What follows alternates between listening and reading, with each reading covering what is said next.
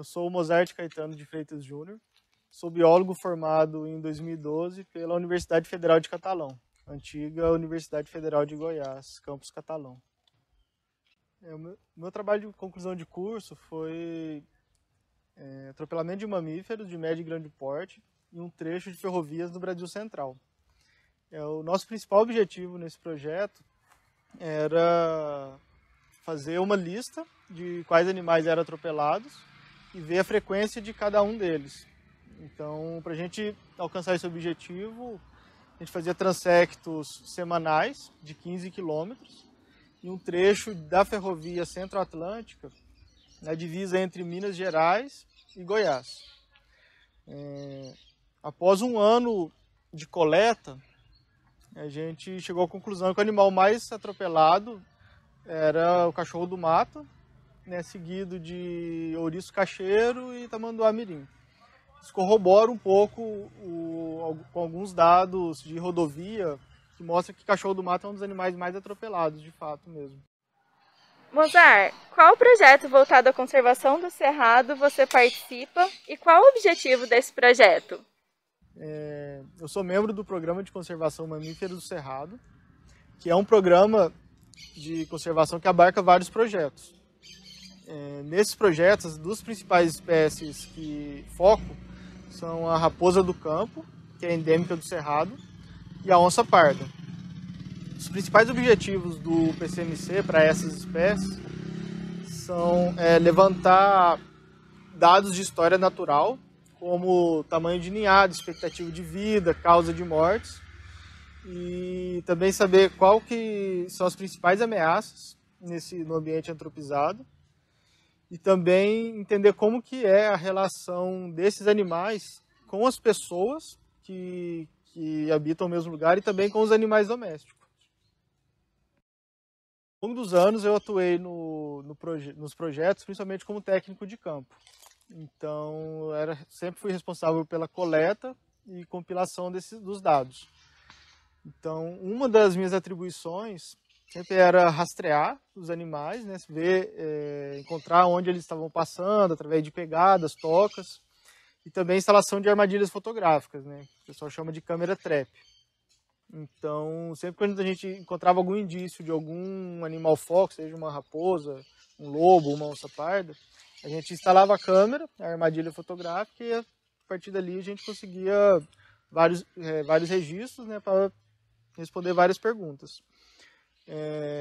Uma outra atribuição também era a participação de campanhas de captura para contenção desses animais, onde a gente realizava várias coletas de material biológico, fazia várias medições de biometria e também em muitos animais a gente fazia a instalação de colares VHF ou GPS, o qual depois também em campo a gente sempre monitorava, para ver onde esses animais estavam andando, o que eles estavam fazendo e conseguir informações de localização deles. Então a gente sabia onde ele estava ali no espaço e no tempo, conseguia plotar isso no mapa para depois gerar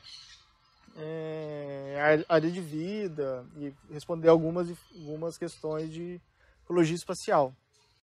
Além do trabalho no campo, também sempre uma das minhas atribuições era compilar esses dados em planilhas e checar os registros das armadilhas fotográficas, assim como transformar as planilhas de localização dos animais em pontos para plotar no mapa para depois ser analisado para ver área de vida, algumas questões assim. Todos os projetos, tanto da raposa do campo quanto da onça parda, ainda estão em andamento. Então a gente ainda continua coletando mais informações para tornar os dados mais robustos, mas algumas etapas foram concluídas. Então nós tivemos nos últimos 10 anos, cerca de 40 raposas monitoradas, tanto com VHF quanto com colar GPS.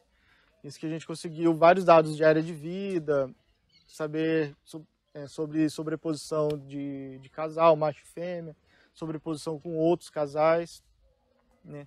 Conseguimos levantar várias informações sobre longevidade e causa de morte, né? Vemos quais são as principais ameaças para esses animais. Conseguimos traçar algum perfil sanitário deles, né? E a mesma coisa para a onça parda. Nós tivemos as primeiras onças pardas monitoradas com GPS no Brasil, né? Realizamos algumas publicações acerca de área de vida, padrão de atividade, levantamos dados muito interessantes acerca da dieta desses animais, né? Então hoje nós sabemos quais são as principais presas, né, desses animais, sabemos aqui no Cerrado, né, aqui na nossa área, qual a porcentagem de animal doméstico que elas comem em relação com animais silvestres.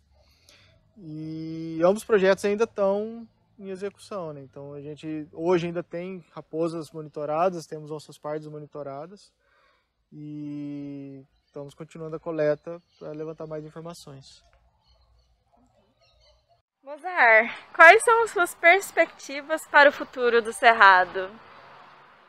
Eu tenho uma impressão que está mudando a visão que as pessoas têm acerca do Cerrado. Até pouco tempo, né, quando eu era mais jovem, quando eu era criança, ninguém falava muito de Cerrado, né? A gente sempre tinha Cerrado, às vezes quando falava que era um ambiente seco, com árvores tortas, sem vida, e que precisava modernizar o Cerrado, inclusive, né? Então hoje a gente escuta falar do Cerrado em vários locais, né? Como a savana de maior biodiversidade do mundo, é o berço das águas do Brasil, né? E super rico em fruto e fauna e tudo mais, né? Então, eu vejo que apesar de a gente ainda carecer de políticas públicas para proteger mais o Cerrado, eu sinto que as pessoas estão percebendo mais o Cerrado, percebendo mais as belezas e as riquezas do Cerrado. Então, eu acredito que talvez nas próximas gerações, a gente conscientizando as crianças e tentando mudar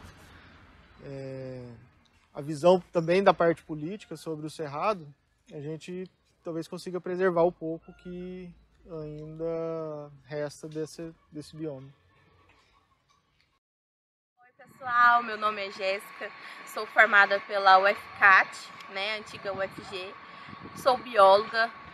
Faço mestrado na Universidade Federal de Uberlândia, no programa de pós-graduação de Biologia e Conservação de Recursos Naturais. Trabalho com interação inseto-planta, especificamente uma fitofisionomia do Cerrado. O nome dessa fitofisionomia é vereda e ela é marcada pelo afloramento do lençol freático e pela existência de uma planta muito específica desses lugares, que é a Mauritia infectuosa, vulgarmente conhecida como buriti.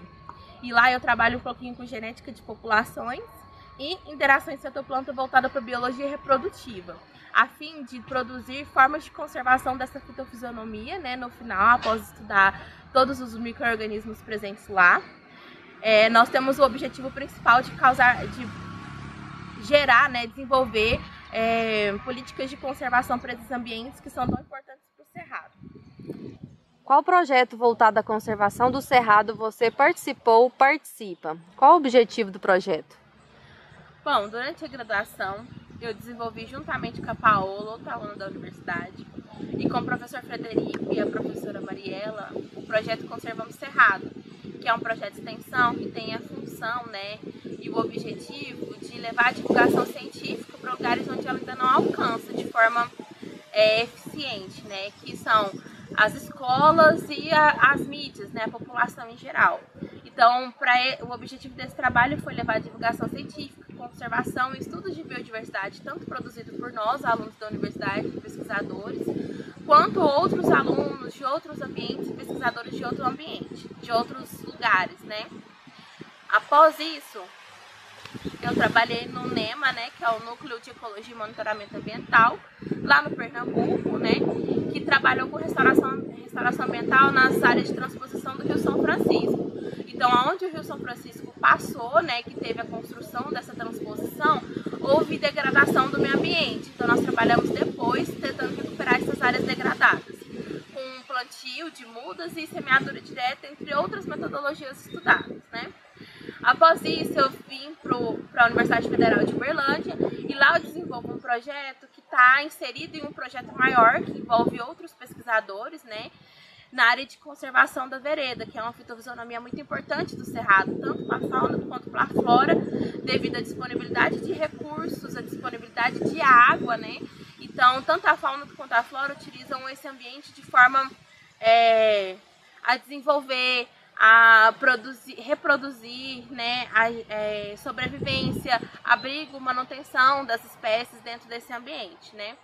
Então, lá nesse trabalho, meu objetivo é estudar a genética de conservações dentro dessa fitofisionomia, com uma espécie específica, que é a Costa spiralis, uma espécie que está muito associada a cursos d'água.